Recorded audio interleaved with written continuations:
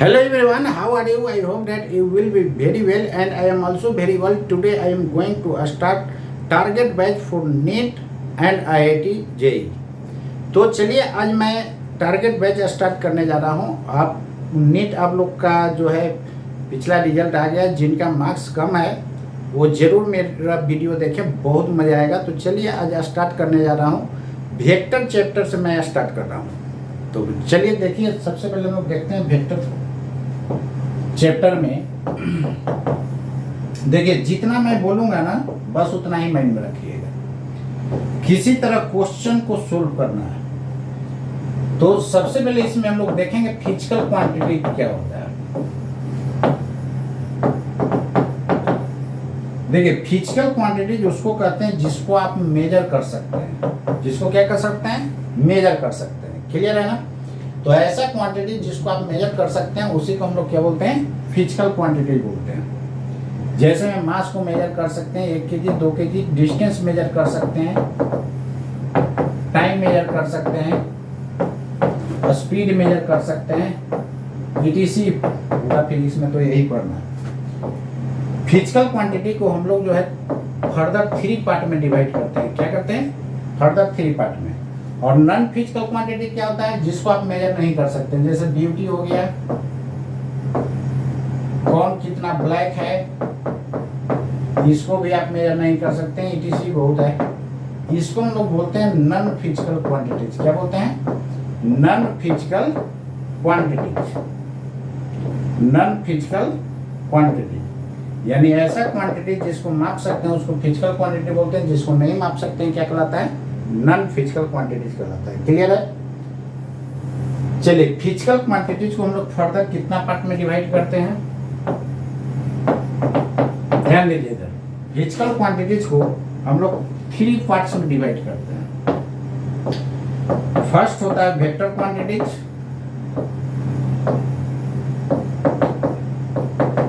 Second scalar quantities and third tensor quantities. Third is tensor quantities.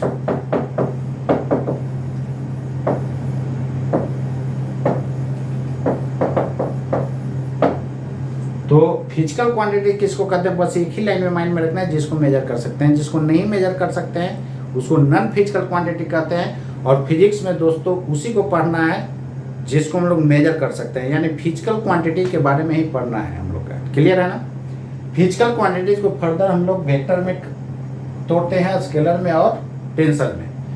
Vector quantities क्या होता है समझिएगा ध्यान से। ऐसा क्वांटिटी जिसमें मैग्नीट्यूड हो, स्पेसिफाइड डायरेक्शन हो और लॉज ऑफ वेक्टर एडिशन को ओबे करता हो, वो क्या कहलाएगा? वेक्टर क्वांटिटी कहलाएगा। क्लियर है ना? स्केलर में क्या है कि कंप्लीट स्पेसिफिकेशन के लिए मैग्नीट्यूड ही काफी होता है। यानी the physical quantities which have only magnitude for its complete specification are called scalar quantities. यानी कंप्लीट स्पेसिफाई करने के लिए मैग्नीट्यूड ही काफी होता है, डायरेक्शन रहे या न रहे। इसका मतलब कि इसमें कुछ फिजिकल क्वांटिटीज ऐसा भी है जिसका में मैग्नीट्यूड या डायरेक्शन होते हुए भी वो वेक्टर नहीं होता, वो क्या हो जाता है? स्केलर हो जाता है। जैसे में इलेक्ट्रिक करंट हो गया, वो क्या है? उसमें मैग्नीट्यूड भी होता है, डायरेक्शन भी होता है, लेकिन वेक्टर नहीं होता है। टेंसर किसको कहते हैं? जो नहीं वेक्टर होता है, नहीं स्केलर होता है, वो क्या देता है? टेंसर देता है। जैसे moment of inertia. Moment of inertia न तो टेंसर है, moment of inertia tensor quantities होता है, वो नहीं वेक्टर होता है, नहीं स्केलर होता है। क्या कहलाता है? टेंसर क्वांटिटीज कहलाता है। क्लियर है ना? तो चलिए देखिए, फर्स्ट में देखेंगे हम लोग वेक्टर क्या होता है। वेक्टर क्वांटिटीज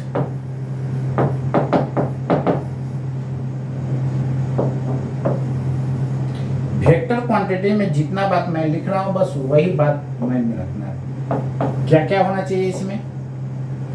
इसमें फर्स्ट तो आपका होना चाहिए मैग्नीट्यूड।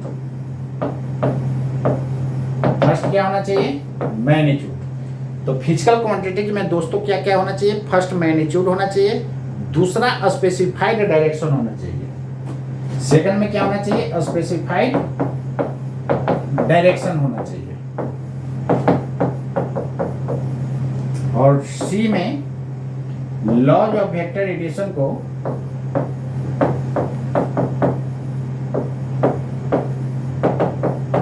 ओबे करना चाहिए। लॉज ऑफ वेक्टर एडिशन को क्या करना चाहिए? ओबे करना चाहिए। अब यहाँ पर देखिए तीनों वर्ड का मतलब यदि हम समझ लेते हैं तो वेक्टर क्या होता है ये क्लियर हो जाएगा। तो मैग्नीट्यूड का मतलब बस एक लाइन में याद रखिएगा, geometrical length, length. Specified direction का क्या मतलब होता है? अब सिंपल समझिए, इधर ईस्ट है, इधर वेस्ट है, इधर नॉर्थ है, इधर साउथ है। तो किसी पार्टिकल को ईस्ट में जाना है तो कैसे जाइएगा? ऐसे जाइएगा ना। किसी को नॉर्थ में जाना है तो ऐसे जाइएगा। यदि पार्टिकल इधर गया तो क्या बोलिएगा? नॉर्थ ईस्ट, और इधर जाएगा तो इसको भी नॉर्थ ईस्ट। तो आप बताइए दोनों का डायरेक्शन सेम है? नहीं सेम है ना। तो ये दोनों को नॉर्थ ईस्ट हम लोग नहीं बोलेंगे। इस केस में हम लोग क्या करते हैं कि रेफरेंस लाइन से कितना, यही रेफरेंस लाइन हो गया, रेफरेंस लाइन से जितना एंगल बनाएगा वही क्या हो जाता है? डायरेक्शन हो जाता है। ये एंगल मान लेते हैं 60 डिग्री है, तो 30 डिग्री दे दिए तो ये डायरेक्शन इसका फिक्स हो गया कि नहीं?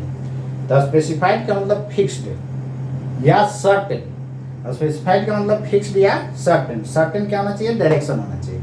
ये बात समझ गए होइएगा।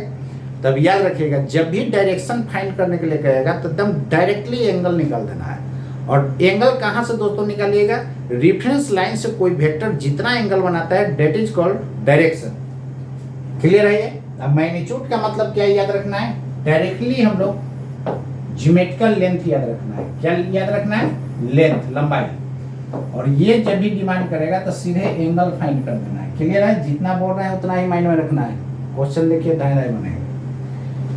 लॉज ऑफ वेक्टर एडिशन क्या होता है? देखिए लॉज ऑफ वेक्टर एडिशन जो होता है, किसी भी वेक्टर को दिखाने के लिए सबसे पहले हम लोग देते हैं स्ट्रेट लाइन। और ये स्ट्रेट क्यों देते हैं? क्योंकि वेक्टर में कैसा डायरेक्शन होना चाहिए? स्पेसिफाइड डायरेक्शन होना चाहिए। क्लियर है ना? तो यहां पर ध्यान दीजिएगा, ज्योमेट्रिकल रिप्रेजेंटेशन देखिएगा वेक्टर का, geometrical representation of A vector, geometrical representation of A vector. तो किसी भी वेक्टर को दिखाने के लिए सबसे पहले स्ट्रेट लाइन देना है। क्यों स्ट्रेट लाइन देना है? क्योंकि स्पेसिफाइड डायरेक्शन होना चाहिए। ऐसा लाइन ड्रॉ कीजिएगा तो इसका फिक्स डायरेक्शन है। स्पेसिफाइड का मतलब क्या होता है? फिक्स्ड। स्पेसिफाइड का मतलब होता है फिक्स्ड, या लिख सकते हैं certain, all are same. Clear है?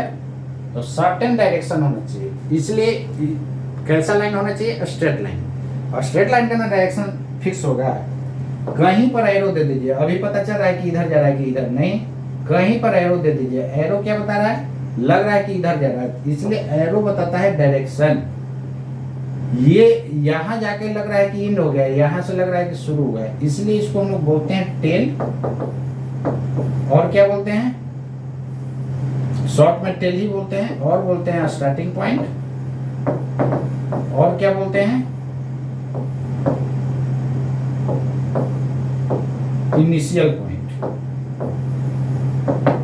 और क्या बोलते हैं? Initial point. टेल पॉइंट नहीं बोलते हैं, केवल टेल बोला जाता है। इस पॉइंट को क्या बोलेंगे? Final point. और क्या बोलते हैं? Terminal point. अलग अलग बुक में देखिएगा अलग अलग लिखा हुआ रहता है। और क्या बोलते हैं? हेड। इधर टेल था, इधर हेड। तो पूरे फिजिक्स में इसको लेकर के चलेंगे टेल, इसको लेकर के चलेंगे हेड। जहां से स्टार्ट होगा वहां टेल, और जहां खत्म होगा वहां हेड। क्लियर है?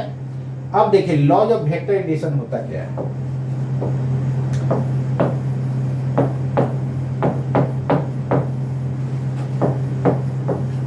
Laws of vector addition. Vector तो समझ गए, वेक्टर को कैसे दिखाएंगे? सबसे पहले स्ट्रेट लाइन, कहीं पर एरो। अब यहां पर देखिए, एक वेक्टर ये है, इसके हेड पर दूसरा और दूसरा के हेड पर तीसरा और तीसरा के हेड पे चौथा, जितना मन है उतना आप ड्रॉ कर दीजिए। क्लियर है। रिजल्टेंट हम लोग कहां से लेते हैं, फर्स्ट का टेल देखना है, लास्ट का हेड देखना है, इसको मिला देना है, और ये टेल है ये हेड है। तो अभी देखे थे वेक्टर का डायरेक्शन किधर से किधर होता है, टेल से हेड होता है। क्लियर है ना। तो यही आपका हो गया रिजल्टेंट। ये ए वेक्टर मानते हैं, ये बी वेक्टर मानते हैं, ये सी वेक्टर। तो रिजल्टेंट का मतलब बस एक लाइन में याद रखिएगा, सम याद रखना है। क्या याद रखना है, सम, अलजेब्रिक सम, वेक्टर सम। रिजल्टेंट का मतलब क्या क्या याद रखना है, वेक्टर सम याद रखना है। सबको वेक्टर फॉर्म में क्या कर देंगे, जोड़ देंगे। इसीलिए तो इसका नाम पड़ा है लॉज ऑफ वेक्टर एडिशन, यानी वेक्टर जोड़ने का रूल क्या है। तो देखिए रूल क्या हो गया, head tail head tail head tail head tail, जितना है वेक्टर सबको हेड टेल करते जाइए। और लास्ट में दोस्तों ये कहता है कि फर्स्ट का टेल और लास्ट का हेड देखना है, बीच में क्या है उससे मतलब याद नहीं है। फर्स्ट के टेल से लास्ट के हेड को मिला दो, वही आपका रिजल्टेंट दे देता है। क्या देता है, रिजल्टेंट देता है। क्लियर है ना। तो वेक्टर होने के लिए लॉ ऑफ वेक्टर एडिशन को क्या करना चाहिए, ओबे करना चाहिए। इसी का स्पेशल केस होता है लॉ ऑफ पैरेललोग्राम और लॉ ऑफ ट्रायंगल होता है। इसमें कितना साइड्स है, बहुत सारा है ना, इसलिए इस तरह रहता है। तो इसको हम लोग बोलते हैं लॉ ऑफ पॉलीगन। पॉली का मतलब होता है मेनी, पॉली का मतलब क्या होता है दोस्तों, मेनी होता है। गॉन का मतलब होता है साइड्स। क्लियर है ना। बहुत सारा इसमें साइड्स होगा। और ध्यान दीजिएगा, एक वेक्टर ये है, इसके एक पर दूसरा, तो रिजल्टेंट कहां से लीजिएगा, बताया कि हेड टेल कर देना है और रिजल्टेंट लेना है फर्स्ट के टेल और लास्ट का हेड तक, यही आपका रिजल्टेंट दे देगा। क्लियर है। और रिजल्टेंट बोला जाए मतलब क्या, सम डायरेक्ट याद रखना है, दोनों को क्या कर देना है, वेक्टर सम कर देना है। तो रिजल्टेंट में बस केवल एक ही बात याद रखिएगा, वेक्टर सम। क्लियर है ना। तो जब भी रिजल्टेंट डिमांड करेगा तो सीधे याद रखना है वेक्टर सम। अब देखिए ये देखने से लग रहा है ट्रायंगल है, इसलिए इसको triangle law of vector addition बोलते हैं या लॉ ऑफ ट्रायंगल बोलते हैं। क्लियर है ना। Triangle law of vector addition.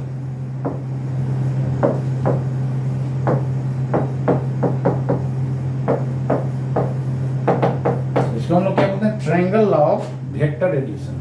Clear है। अब ध्यान दीजिए इधर, एक वेक्टर ये है, ये दूसरा वेक्टर है, ये दोनों को जोड़ना है दोस्तों। तो क्या कीजिएगा, जब तक हेड टेल नहीं होगा, आप खुद समझिए, ये वेक्टर का टेल यहाँ है, ये वेक्टर का टेल यहाँ, दोनों टेल मैच किया हो, तो रिजल्टेंट ये दीजिएगा। इसका ये हेड है, इसका भी हेड है, हेड टू हेड कभी रिजल्टेंट नहीं होता है।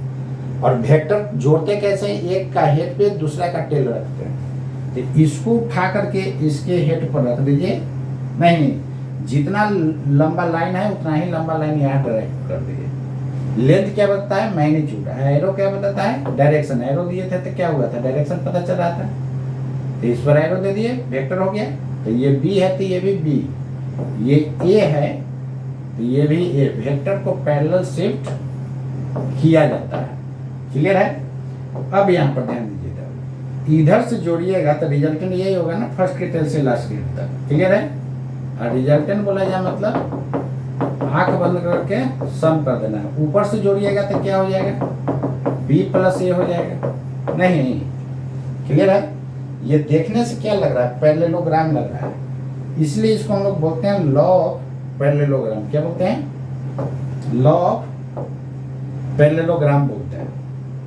इसको बोला जाता है दोस्तों लॉ ऑफ पैरेललोग्राम या parallelogram law of vector addition. Parallelogram law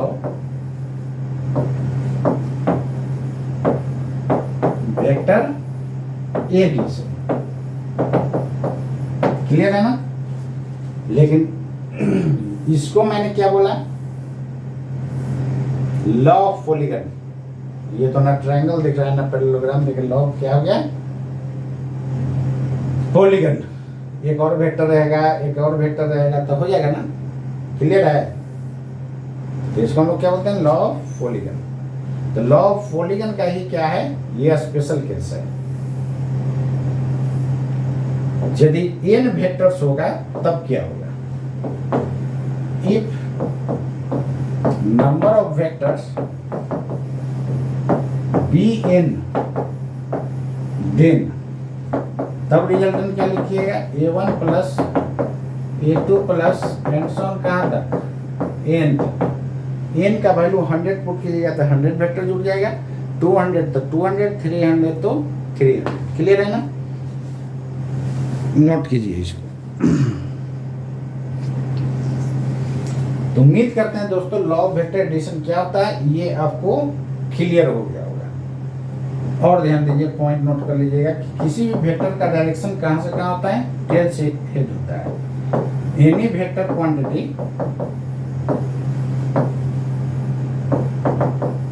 is always directed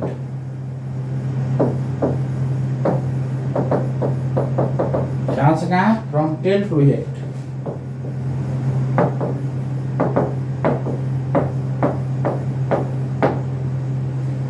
और रिजल्टेंट हम लोग कहां से कहां लेते हैं, फर्स्ट के टेल से लास्ट टेल तक। Resultant is taken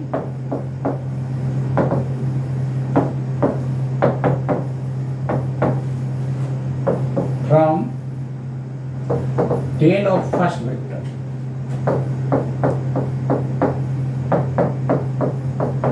to the head of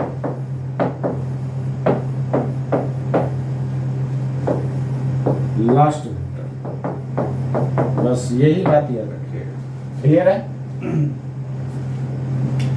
तो वेक्टर को लाइन से कैसे दिखाते हैं, सबसे पहले स्ट्रेट लाइन, कहीं पर एरो, कहीं पर क्या दे देना है, एरो। ये टेल होता है, ये हेड होता है, यही हेड टेल लेके चलेंगे। वेक्टर को अलजेब्रा से कैसे दिखेगा, algebraic representation of A vector.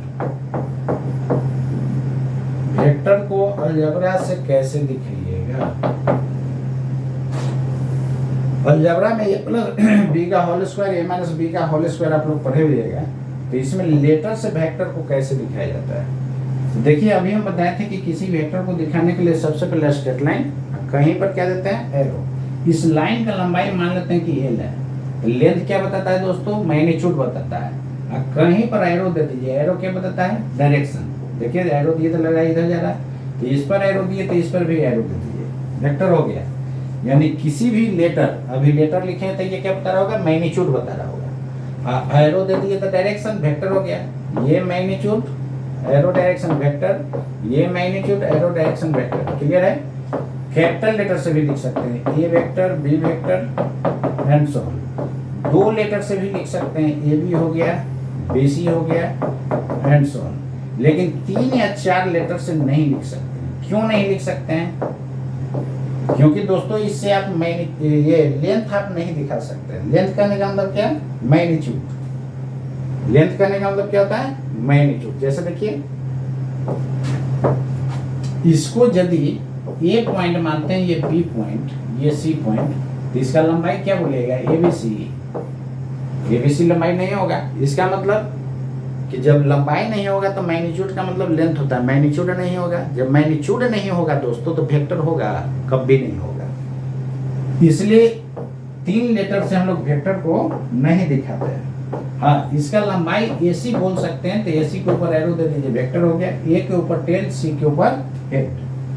तो कम से कम वेक्टर को 1 लेटर, अधिक से अधिक 2 लेटर से दिखा सकते हैं, 3 या 4 या 5 से नहीं। क्यों नहीं, क्योंकि उससे मैग्नीट्यूड दिखाया नहीं जा सकता है, क्लियर है।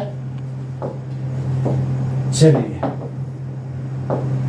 वेक्टर को बोल्ड फेस लेटर से भी दिखाया जाता है। Any vector quantity can be denoted by bold face letter और बार ओवर ए लेटर।